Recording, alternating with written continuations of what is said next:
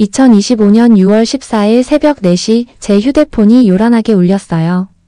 평소라면 그 시간에 절대 전화를 받지 않겠지만 발신자 이름을 본 순간 잠이 확 달아났어요.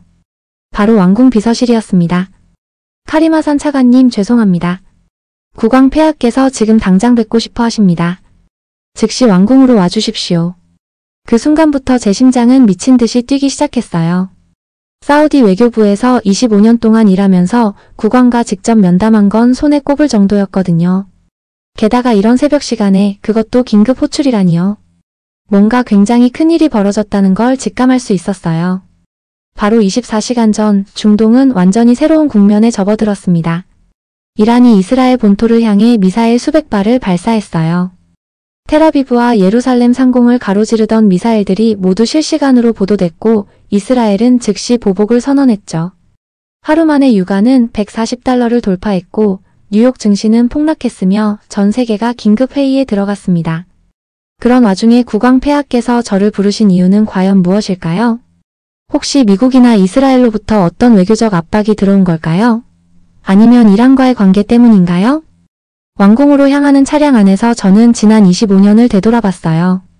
1999년 제가 처음으로 한국 담당관이 되었던 그 시절부터 지금까지 한국과 사우디 사이엔 정말 많은 일이 있었어요. 그때는 몰랐어요. 그 모든 작고 조용한 순간들이 이렇게 큰 역사적 변곡점을 만들어낼 줄은요. 왕궁 정문을 통과할 때 평소보다 훨씬 삼엄한 경비 분위기가 느껴졌어요. 무장 경호원이 배치되어 있었고 경비원들의 표정도 굳어 있었죠. 중동 전체가 전쟁 위기에 빠진 지금 보안이 최고 단계로 격상된 게 분명했어요. 드디어 국왕 집무실 앞에 도착했어요. 비서관이 잠시만 기다려달라고 하더군요. 5분이 지나고 10분이 지나도 문은 열리지 않았어요. 그 몇 분이 정말 몇 시간처럼 느껴졌습니다. 제 손바닥에는 땀이 송송 맺혔고 목이 마를 정도로 긴장됐어요. 카림 흐이군요. 한국 상황에 대해 이야기해봅시다. 국왕 폐하의 첫마디는 생각보다 부드러웠어요. 하지만 저는 느낄 수 있었어요. 그 따뜻한 말투 속에 분명 무게감 있는 목적이 담겨 있다는 걸요. 국왕은 저를 소파로 안내하며 직접 차를 따라주셨어요. 오늘 오후 중요한 발표를 할 예정입니다. 한국과 관련된 내용이에요. 그 전에 당신의 의견을 듣고 싶소. 25년간 한국을 지켜본 사람으로서 말이오. 그리고 예상치 못한 질문을 던지셨습니다. 솔직히 말해보시오. 이 혼란스러운 상황에서 우리가 진심으로 믿을 수 있는 나라가 어디라고 생각합니까? 미국은 자국 이익만 챙기고 유럽은 결단력이 부족하며 중국은 겉과 속이 다르고 러시아는 전쟁 중이며 이란은 우리의 적입니다. 그럼 도대체 우리가 누구를 믿어야 하냐는 거죠.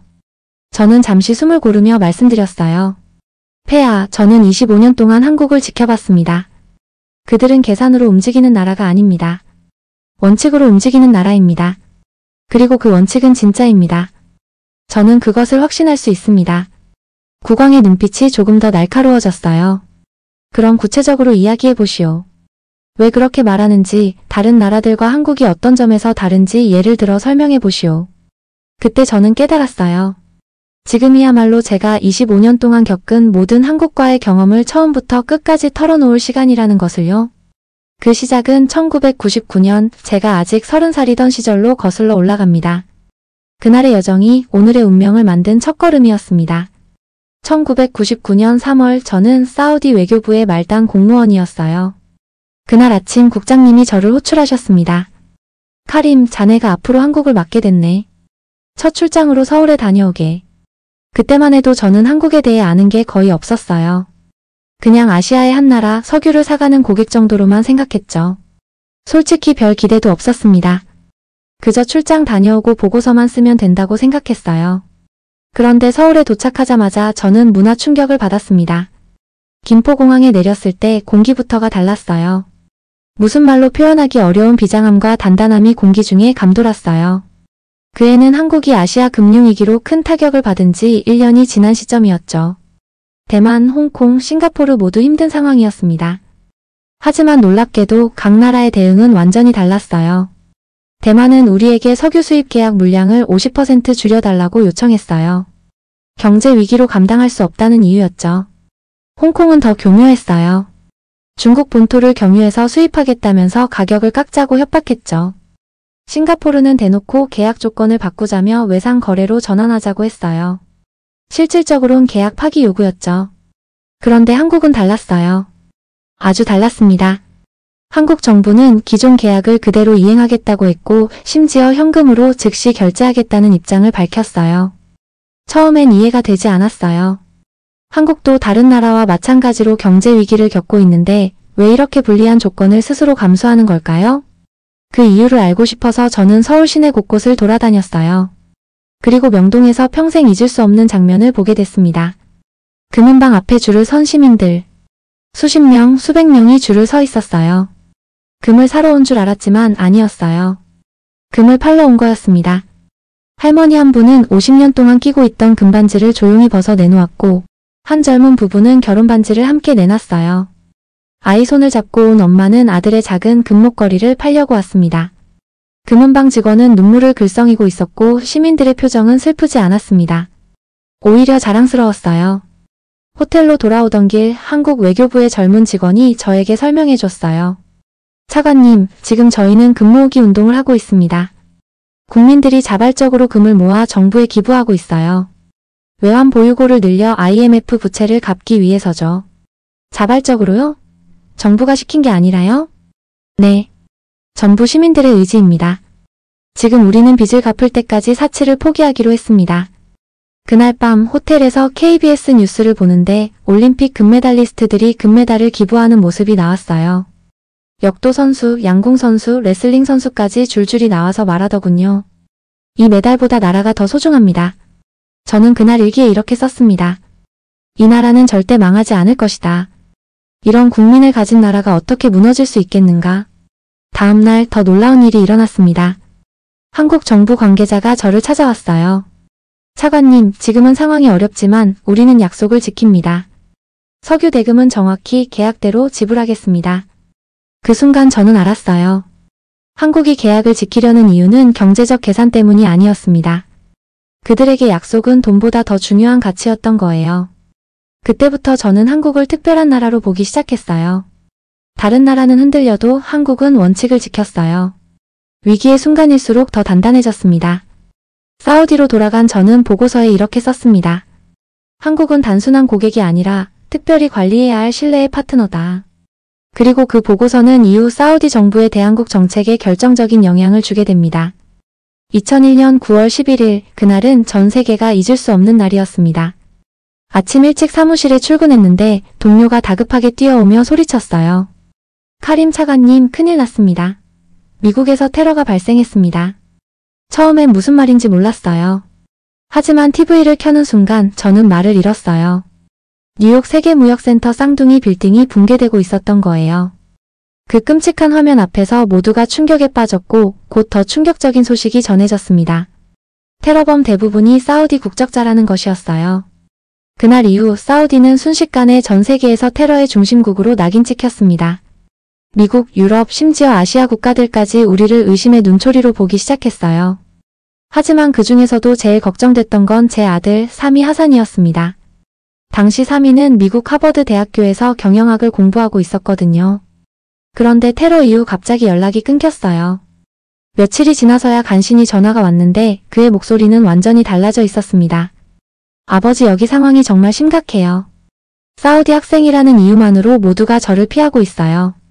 룸메이트도 이사 간다고 하고요. 전 이제 어디에도 속하지 못한 느낌이에요. 그 순간 제 가슴이 무너지는 줄 알았어요. 한창 나이에 꿈을 안고 미국까지 간 아들이 국적 때문에 외로움과 공포에 떨고 있다니 너무나 가슴이 아팠습니다. 그런데 며칠 뒤 사미에게서 다시 전화가 왔어요. 이번엔 목소리가 밝아져 있었어요. 아버지, 한국 친구들이 저를 도와주고 있어요. 한국 친구들? 네, 하버드에 있는 한국 유학생들이에요. 제가 사우디 출신이란 걸 알면서도 오히려 더 친하게 지내자고 했어요. 사미는 특히 한 친구를 언급했어요. 지훈이라는 한국 학생이 이렇게 말했다고 했습니다. 사미, 넌 테러범이 아니잖아. 몇몇 나쁜 사람들이 있다고 해서 그 나라 전체를 미워하는 건 잘못된 일이야. 나는 네가 어떤 사람인지 알잖아. 그리고 놀랍게도 다른 한국 학생들도 하나같이 사미를 함께 밥 먹자, 도서관 같이 가자, 같이 공부하자고 챙겨줬답니다. 사미가 고마워서 물었대요. 너희는 왜 이렇게 따뜻하게 대해주는 거야? 그때 지훈이 이렇게 대답했다고 해요. 한국도 오해받은 적이 많아. 일본 때문에 세계 사람들은 한국을 일본과 헷갈렸고 한국 전쟁 이후엔 공산주의 국가라고 오해받기도 했어. 그래서 남의 아픔이 어떤지 조금은 알 수 있어. 그 말을 듣고 저는 또 한 번 한국이라는 나라의 깊은 품격과 따뜻함을 느꼈어요. 당시 전 세계는 사우디를 향해 등을 돌리고 있었어요. 일본 언론은 사우디 왕실과 빌라덴의 관계를 들춰내고 유럽은 사우디 자금을 철저히 조사하며 고립시켰어요. 하지만 오직 한국만은 달랐습니다. 한국 정부는 공식적으로 입장을 밝혔습니다. 테러는 어떤 이유로도 정당화될 수 없다. 하지만 테러와 이슬람 그리고 사우디아라비아 국민 전체를 동일시해서는 안 된다. 한국 언론도 균형 잡힌 보도를 이어갔고 무엇보다도 놀라운 건 한국 시민들이었습니다. 서울에 있는 사우디 대사관 앞에 한국 시민들이 찾아와 위로의 꽃다발을 놓았어요. 그들이 들고 있던 피켓에는 이렇게 적혀 있었습니다. 테러에는 국적이 없습니다. 사우디 친구들을 응원합니다. 그 소식을 들은 저는 참을 수 없이 감동했어요. 온 세계가 우리를 미워할 때 한국만은 우리를 이해하려고 노력했던 나라였어요. 얼마 후 저는 다시 한국을 방문했어요. 공무상 방문이었지만 사적인 감사의 마음을 전하고 싶었거든요. 서울대학교 국제대학원에서 한국 학생들과 대화를 나눌 기회가 있었는데 한 학생이 저에게 이렇게 말했습니다. 차관님, 저희는 사우디아라비아가 평화를 사랑하는 나라라는 걸 알고 있어요. 몇몇 극단주의자들 때문에 전체를 판단하는 건 잘못된 일이죠. 또 다른 학생도 덧붙였어요. 한국도 많이 오해받았어요. 그래서 다른 나라가 오해받는 기분을 이해할 수 있어요. 그때 저는 확신했어요. 한국의 태도는 외교적인 형식이 아니라 진짜 경험에서 우러난 진심이라는 걸요. 그날 밤 호텔에서 저는 본국에 이렇게 보고했습니다. 한국은 우리가 가장 힘들 때 우리를 외면하지 않았습니다. 이 우정은 절대 잊어선 안 됩니다. 하지만 저는 아직 몰랐습니다. 이 따뜻한 우정이 단지 시작에 불과했다는 것을요. 2008년 여름 제 인생에서 가장 절망적인 순간이 찾아왔어요. 사랑하는 조카 나딤 하산, 제 형의 아들로 저에겐 친아들 같은 존재였던 아이가 갑자기 쓰러졌습니다. 병원에서 받은 진단은 너무나도 충격적이었어요. 급성 림프 구성 백혈병. 그것도 아주 악성 형태였고 이미 많이 진행된 상태였죠. 우리는 사우디의 최고 병원인 킹파이살 전문병원에서 치료를 시작했지만 상태는 점점 나빠졌어요. 주치의가 조심스럽게 말했습니다. 차관님, 저희가 할 수 있는 건 다 했습니다. 이제는 해외 병원을 알아보시는 게 좋을 것 같습니다. 저는 즉시 미국 메이오 클리닉에 연락했어요. 세계에서 손꼽히는 병원이니까요. 그러나 돌아온 답은 냉정했어요. 골수 이식 외에는 방법이 없습니다. 하지만 성공 확률은 30% 이하입니다. 게다가 중동계 도너를 찾기란 거의 불가능합니다. 유럽의 하이델베르크 대학 병원에도 문의했어요. 거기서도 같은 대답이 돌아왔습니다. 도너가 없다면 치료가 어렵습니다. 저는 점점 희망을 잃어가고 있었어요.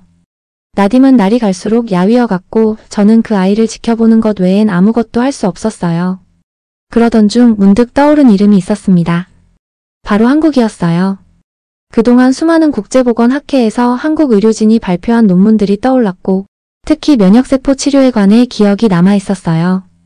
혹시나 하는 마음으로 저는 서울대학교 병원 혈액종양내과 윤지훈 교수에게 메일을 보냈습니다. 놀랍게도 하루 만에 직접 전화가 왔어요. 차관님, 아이의 자료를 보내주세요. 검토해보겠습니다.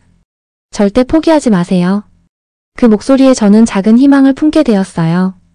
일주일 후 윤 교수에게서 연락이 왔습니다. 새로운 치료법을 시도해볼 수 있을 것 같습니다. 골수이식 없이 진행하는 면역세포 치료입니다. 아직 실험 단계이긴 하지만 나딤에게는 희망이 될 수 있습니다. 그 말을 듣자마자 저는 바로 결단을 내렸어요.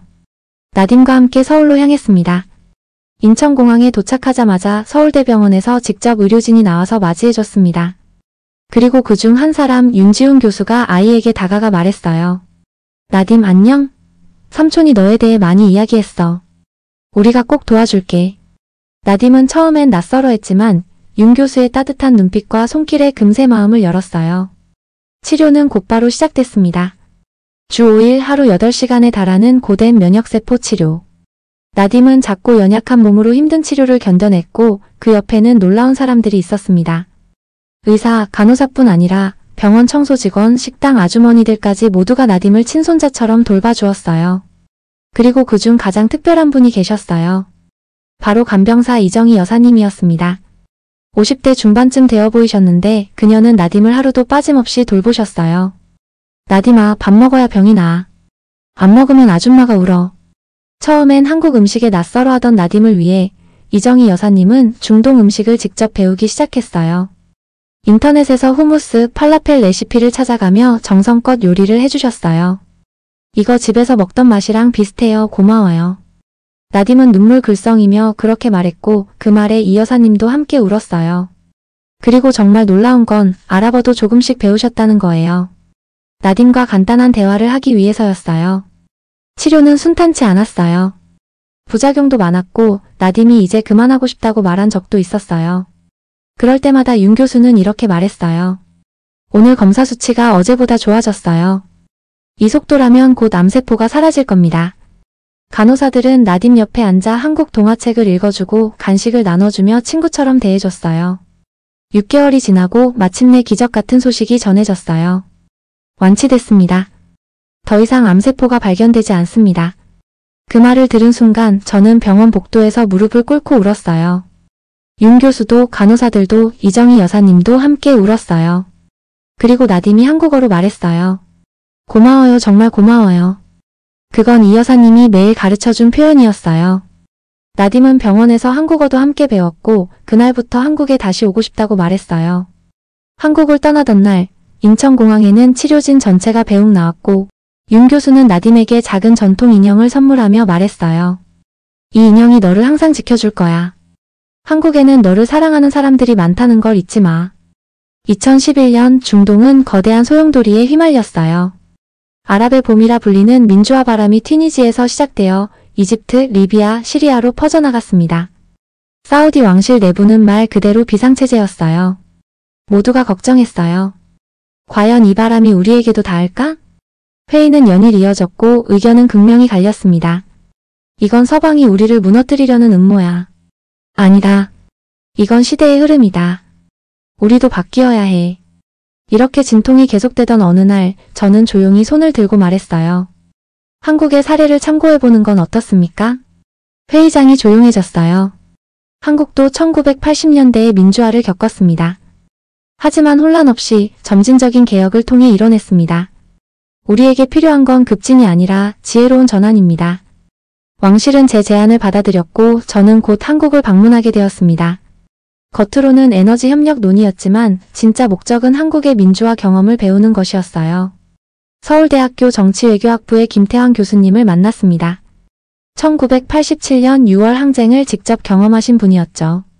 교수님, 한국은 어떻게 그렇게 평화적으로 변화를 이뤄낼 수 있었나요? 김 교수님은 조용히 웃으며 말씀하셨어요. 급한 변화보다 중요한 건 타이밍과 대화입니다. 국민과 정부가 서로 들으려는 자세를 가진 덕분이죠. 서방의 압력은 없었나요? 물론 지지는 받았지만 결정적인 건 우리 스스로의 필요였습니다. 교수님은 저를 데리고 명동거리로 갔습니다. 여기가 바로 87년 시위가 벌어졌던 곳입니다. 지금 보세요. 완전히 평화롭죠? 급진이 아닌 점진적 개혁, 그것이 한국식 변화였습니다. 그날 밤 호텔로 돌아온 저는 사우디 본국에 긴급 보고서를 작성했어요. 한국의 경험을 참고하여 경제사회 분야에서의 점진적 개혁을 추진할 필요가 있습니다. 급진적 정치개혁은 혼란만 가져올 것입니다. 몇 달 뒤 사우디 정부는 비전 투사지를 이를 발표했습니다. 이 정책은 놀랍게도 한국의 조언이 깊게 반영된 것이었어요. 여성의 사회 참여 확대, 엔터테인먼트 산업 개방, 경제 다각화, 그리고 무엇보다 왕실 주도의 안정적 변화. 한국 정부는 이를 강하게 지지했지만 속도 조절을 강조했습니다. 그해 가을 한국 대통령은 사우디를 방문했어요. 공식 만찬 자리에서 이렇게 말했습니다. 개혁은 마라톤과 같습니다. 너무 빨리 뛰면 지칩니다. 꾸준히 포기하지 않는 것이 중요합니다. 그 말은 우리 왕실 인사들에게 큰 인상을 남겼어요. 그렇게 사우디는 다른 중동 국가들과는 다르게 혼란 없이 개혁의 길을 걸을 수 있었어요. 그리고 그 배경에는 한국의 조용한 영향력이 있었던 겁니다. 하지만 시험은 거기서 끝나지 않았어요. 2015년 메르스 사태, 사우디에서 시작된 바이러스가 한국까지 확산되면서 그동안 쌓아온 한사우디 신뢰가 무너질 위기에 처했어요. 2014년 4월 예고 없이 찾아온 위기가 중동을 덮쳤습니다. 바로 메르스 바이러스였어요. 처음엔 단순한 호흡기 감염증인 줄 알았지만 곧 치사율 30%라는 무서운 현실이 드러났죠. 더 큰 문제는 그 바이러스가 사우디에서 최초 발생했다는 점이었어요. 전 세계가 우리를 향해 손가락질하기 시작했어요.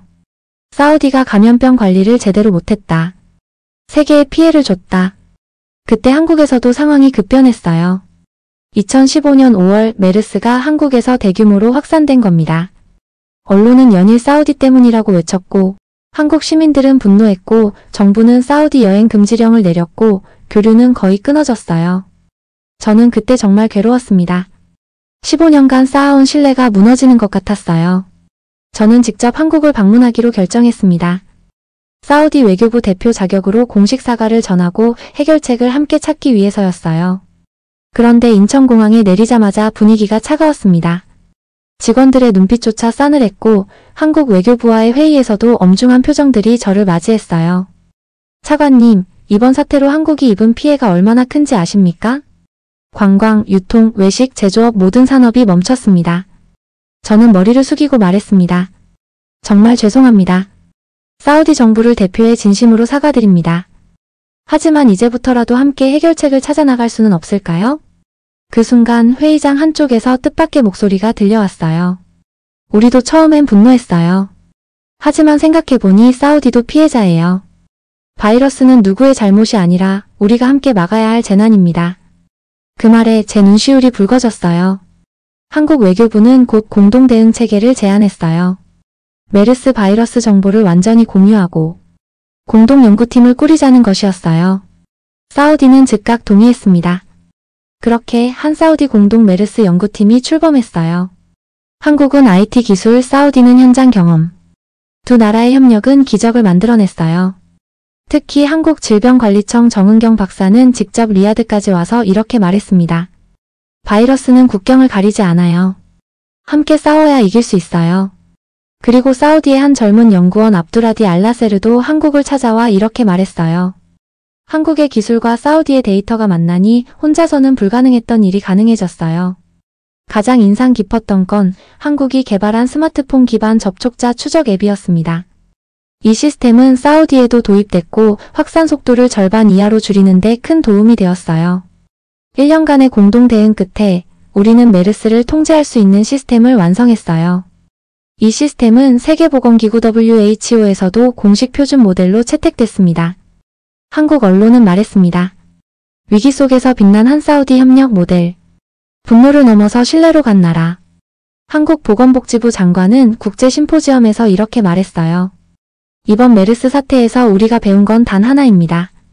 감염병은 누군가의 잘못이 아니라 우리가 함께 이겨야 할 싸움이라는 것. 사우디는 우리의 소중한 파트너입니다. 저는 사우디로 돌아가 왕실에 보고했습니다. 한국은 위기 상황에서도 감정이 아닌 이성으로 대응합니다. 비난이 아닌 공동의 해결책을 추구합니다. 이런 나라와의 관계는 더 강화해야 합니다. 그 보고서를 읽은 하이셈 빈 카멜 국왕께서는 직접 한국 대통령에게 친서를 보내셨습니다. 한국의 성숙한 대응과 진심 어린 협력에 깊은 감사를 드립니다. 이것이야말로 진정한 우정이라고 생각합니다. 그리고 이 협력 경험은 훗날 K방역 모델의 근간이 되었습니다. 2020년 코로나19 팬데믹 때 한국은 전 세계에서 가장 빠르게 대응했고 그 배경에는 사우디와 함께한 메르스의 교훈이 있었어요. 그때 저는 확신했어요. 한국은 위기 속에서도 원칙과 신뢰를 지키는 나라다. 이런 나라와는 끝까지 함께해야 한다.